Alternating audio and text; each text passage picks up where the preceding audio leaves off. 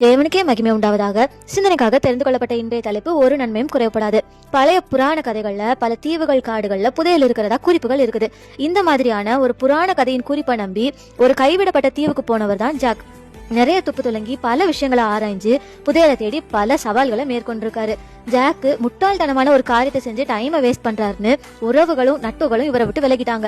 ஆனாலும் விடாம தேடி தேடி அவருடைய உடல் நலம் மோசமான ஒரு நிலையில புதையல் பற்றின எக்ஸாக்டான ஒரு குறிப்பை கண்டுபிடிச்சிருக்காரு. நம்ம தேடின குறிப்பு கிடைச்சிருச்சுன்னு புதிய தெம்பில பயணத்தை தொடர்ந்தாலும் பாதி வழியில உடல்நிலை படு மோசமாகி அங்கேயே இறந்தும் போறாரு ஜாக். பல நாட்களா இவருடைய உடலை தேடி அலைஞ்ச மீட்பு குழுவினருக்கு இவர் புதையல் இருக்கிறதா நம்பிட்டு இருந்த அந்த இடத்துக்கு பக்கத்திலேயே இவருடைய உடலை தேடி கண்டுபிடிச்சிருக்காங்க.